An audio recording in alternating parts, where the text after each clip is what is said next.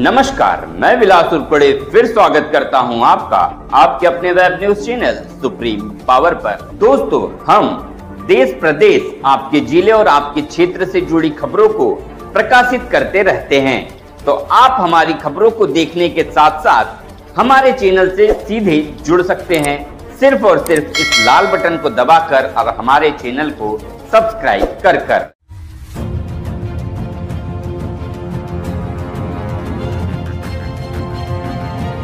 नमस्कार। माझी सुरुवात मी तर फार छोट्याशा एका गावातून आलेला कार्यकर्ता आहोत। बरोडा तालुक्यामध्ये आजनगाव नावाचं एक गाव आहे। तर आम्ही तिथून पायदळ खंबाळ्याला यायचं। 11वीला जेव्हा ॲडमिशन घेतली वरोड्याला आल्यानंतर म्हणजे ज्याला आपण संगत चांगली मिळत गेली। आयुष्यात माणसाच्या जडणघडीमध्ये संगत खूप मोलाची असतो। परत मित्र चांगले मिळाले। त्याच्यानंतर राष्ट्रीय स्वयंसेवक संघाचा स्वयंसेवक म्हणून मी तिथे काम करायला लागलो, शाखेत जायला लागलो। आणि माझ्या आयुष्याच्या जडणघडणीमध्ये अखिल भारतीय विद्यार्थी परिषद या विद्यार्थी संघटनेचं फार मोठं मोलाचं योगदान आहे। एकतर संघटनेचा प्रभाव आणि आपल्यामध्ये असलेली क्षमता आणि लोक जोडून ठेवता आपण लोकांमध्ये गेलो, लोकांचे काम करायला लागलो। घराण्यात असं कोणीच नव्हतं की ज्यांनी कुठे राजकारणात किंवा समाजात हे करावं। वडील दुसऱ्याच्या शेतामध्ये काम करायचे। समाजाने माणसांकडून अनेक गोष्टी शिकल्या। जे पुस्तकं वाचून शिकणे आणि माणसं वाचून शिकणे याच्यामधला जो फरक मला त्याच्यात लक्षात आला की अनेक माणसं वाचता आली। संघटनेमध्ये काम करताना वेगवेगळ्या प्रवृत्तीचे कार्यकर्ते याच्यातून ते समजत उमजत होऊन एक समाजात काम करावं बा। आणि बाबासाहेब आंबेडकरांचं जे संविधान आहे नेहमी विचार करतो असा की आपण प्रत्येक गोष्टीला हा माझा अधिकार आहे की ज्या प्रभावाने लोकांसमोर ठेवतो। पण या राष्ट्रासाठी माझी काही जी भूमिका आहे, अधिकार आहे, त्याचप्रमाणे माझे कर्तव्य किती मोलाचे आहे। तर आपण कर्तव्यावर जास्त म्हणजे फोकस केलेला आहे की नाही, कारण राष्ट्राला आपलं देणं लागतं। तर जग बदलावं असं प्रत्येकाला वाटत असलं तरी सुरुवात मात्र आपल्यापासून करण्याचा प्रयत्न करावा, प्रामाणिक प्रयत्न करावा। त्याच्यामुळे राष्ट्रीय मूल्य जपले पाहिजे, भारतीय संविधानाचा सन्मान राखला पाहिजे आणि राष्ट्राच्या हिताचं जे जे आपल्या आयुष्यात करता येईल तसं एक सकारात्मक भूमिका ठेवली पाहिजे। माझ्या हातून कुठल्याही राष्ट्रीय संपत्तीचं नुकसान होणार नाही याची काळजी घेतली पाहिजे।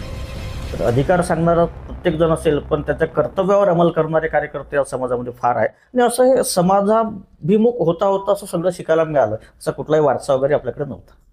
11मध्ये येण्याचं कारण माझी सासूरवाडी नागपूरची होती आणि माझ्या मिसेसचं LLM सुरू होतं। तिला अपडाऊन वरोडा नागपूर करताना त्रास होत होता। म्हणलं चला LLM होते, आपल्याकडे सध्या काही काम नाही, LIC एजन्सी कुठेही करू शकतो। त्यानंतर इथे एक धनगर समाजामध्ये काम करायला सुरुवात केली।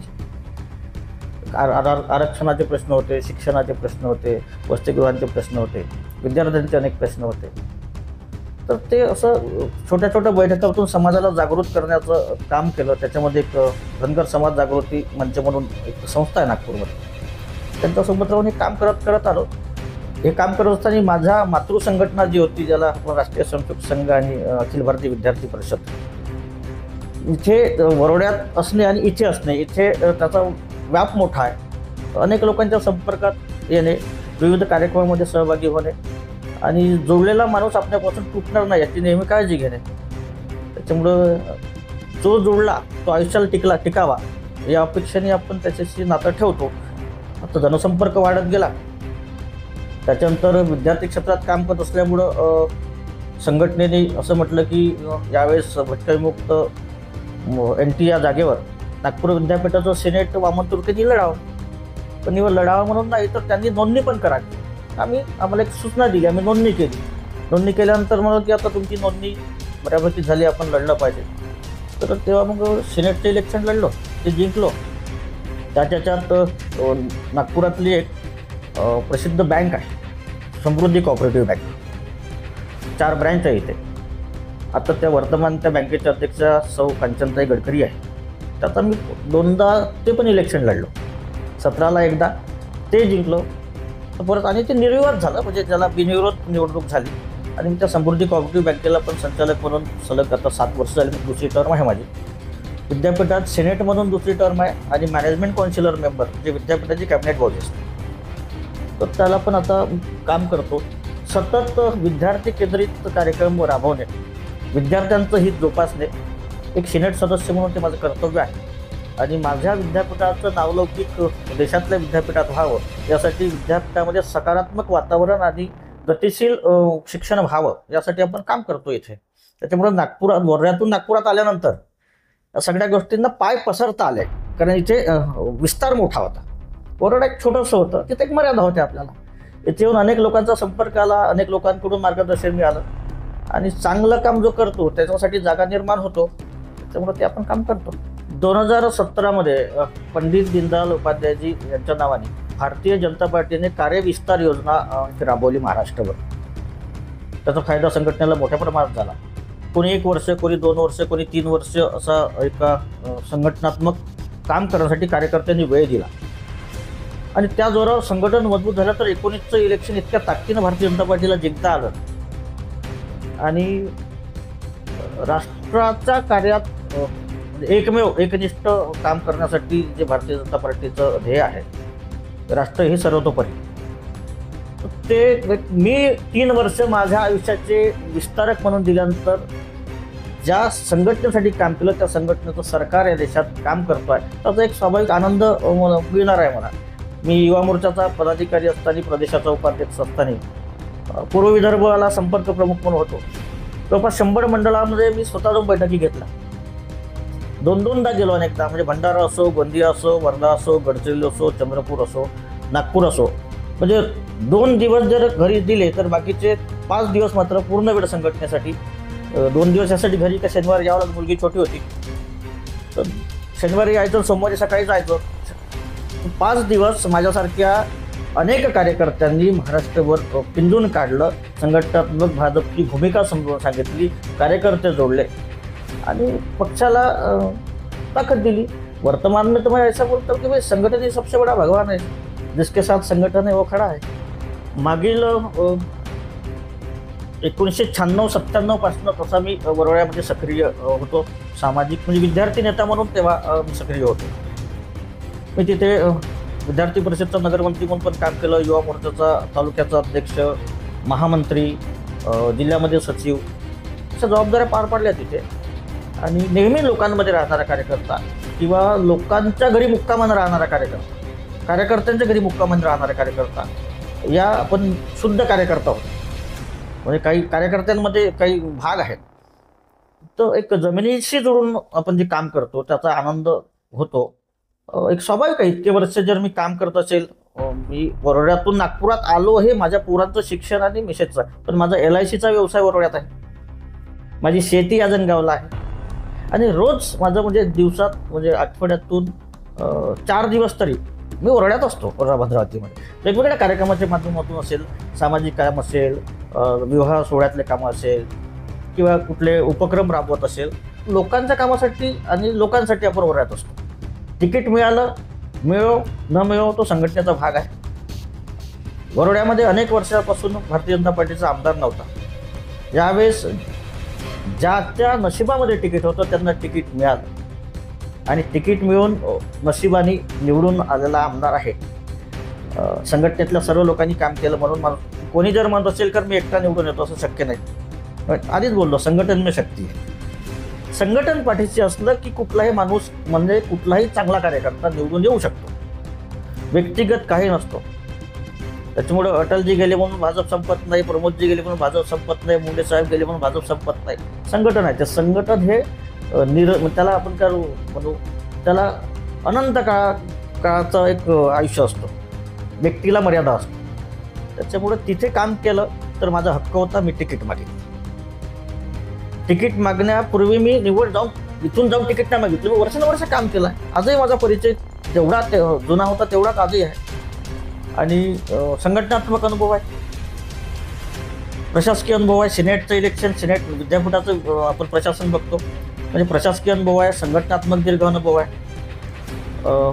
व्यक्तिगत म्हणून एक व्यवस्थित लोकांशी माझं वागणं व्यवस्थित आहे, बोलणं व्यवस्थित आहे असं लोकांना म्हणतात. मला नाही, मी नाही सांगू शकणार माझ्याबद्दल, पण कारण मी जनसंवादचा विद्यार्थी आहे, मास कम्युनिकेशनचा विद्यार्थी आहे. तर मासमध्ये कसं राहायचं, कसं वागायचं, कसं बोलायचं हे अकॅडमिकली पण शिकलो आणि लोकांनी पण शिकवलं. त्याच्यामुळे वरोड्यात इच्छा होती, ज्याला संधी मिळाली ते आमदार झाले. आपण अनेक वर्ष पार्टीचं काम केलं, पार्टी विचार करतील आपला जन्मजात कार्यकर्ता आहे. कार्यकर्त्यांची भूमिका काय असली पाहिजे, तर जे आपल्याकडे आपुलकीने येतो त्याचं आपल्याच्या जे शक्य होते, जितकं शक्य होते तेवढं काम करायचं. जे होत नाही ते नाही म्हणायचं, जे होते ते हो म्हणायचं. आणि आपल्याकडे पैसे नसल्यामुळे आपण काय करतो, वेळ देण्याचा प्रयत्न करतो. काही जण पैशाने करतात, काही जण वेळ देतो. तर आपल्याकडे एक आहे की आपण तो वेळ स्वतःसाठी कमी, स्वतःच्या कुटुंबासाठी वेळ कमी ठेवतो. म्हणजे मुलगी कुठल्या वर्गात आहे, मुलगा कुठल्या वर्गात आहे, त्याचा अभ्यास काय, याच्याकडे त्यांच्या आईकडे आपण सोपवतो. पण माझं देणं लागतो समाजाला, म्हणून समाजातून आलेल्या कोण येतो आपल्याकडे, जो आपल्यावर प्रेम करतो, ज्यांना वाटते आपल्यावर विश्वास आहे, ज्यांना वाटते हाच व्यक्ती आपलं काम करू शकतो, हा व्यक्ती आपल्यासाठी सरकारी दवाखान्यात मेडिकलला येऊ शकतो, हा व्यक्ती आपल्याला एम्समध्ये येऊ शकतो, हा व्यक्ती कुठेतरी एखाद्या हॉस्पिटलला अडचण आहे तिथे येऊ शकतो, हा व्यक्ती विद्यापीठात कुठेतरी त्याची गुणपत्रिका टाकली, डॉक्युमेंटसाठी हा येऊ शकतो. प्रेम करतात आणि विश्वास सगळ्यात मोठा, आपल्यावर ते विश्वास दाखवतात म्हणून आपल्यापर्यंत येतात. आपण त्याच मनाने एकदम दिलदारपणे जो आपल्याकडे आला त्याचं काम न्याय देण्याचा प्रयत्न करतो आणि काम करतो. तो कुठल्या जातीचा आहे, कुठल्या पातीचा आहे, कुठल्या धर्माचा आहे, श्रीमंत आहे, गरीब आहे, हा कधीही आपण विचार करत नाही. आलेला व्यक्ती हा माझा आहे आणि मी प्रत्येकाला नातेवाईक म्हणतो, माझ्या नात्यातला माणूस. तर ह्या आपलं मोठेपण असेल. या संघाशी जोडण्यामध्ये, भारत भूमीमध्ये या भूमीला जो माता मानतो तो संघाचा संशोध आहे. संघात कुठे नोंदणी नसतो. शाखेत जा, ध्वजाला प्रणाम करा, हा तुझा एक आपुलकीचा भाग आहे. आणि राष्ट्रही सर्व, राष्ट्रापलीकडे काहीच नाही. आणि तिथे कोणी गुरु नाही आहे, भगवा ध्वज गुरु आहे. म्हणजे एका छत्राखाली सगळेजण एकत्र यावं. आणि संघ ही या देशातली अशी संघटना आहे की आत्ता 100 वर्ष पूर्ण होती. 100 वर्ष पूर्ण होऊ नये, त्याच्यात कुठेही वाद नाही, विवाद नाही. म्हणजे एक संघ कसं राहावं हे जर कोणाकडून कुठल्या संघटनेकडून शिकायचं असेल, आणि जगातली सर्वात जास्त सदस्य संख्या असलेली, सदस्य संख्यक असलेली संघटना, त्याच्यात कुठलाही वाद नाही अंतर्गत, आणि ती अविरत 100 वर्षाचा काळ पूर्ण करू शकतो. ह्या गोष्टीचा आपण खरंच विचार केला पाहिजे. शिकण्यासारखा आहे. काय शिकवतो राष्ट्र, राष्ट्रहित या पलीकडे काहीच